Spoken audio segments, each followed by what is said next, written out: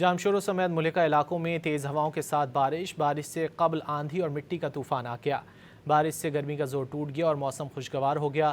थाना बोला खान के कोहिस्तानी पहाड़ी इलाकों में भी बारिश हो रही है।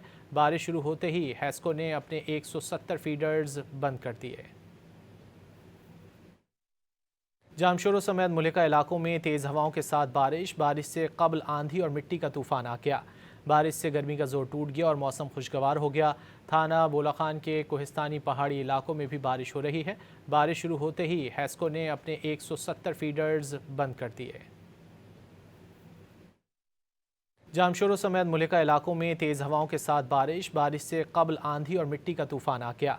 बारिश से गर्मी का जोर टूट गया और मौसम खुशगवार हो गया। थाना बोला खान के कोहिस्तानी पहाड़ी इलाकों में भी बारिश हो रही है। बारिश शुरू होते ही हैस्को ने अपने 170 फीडर्स बंद कर दिए।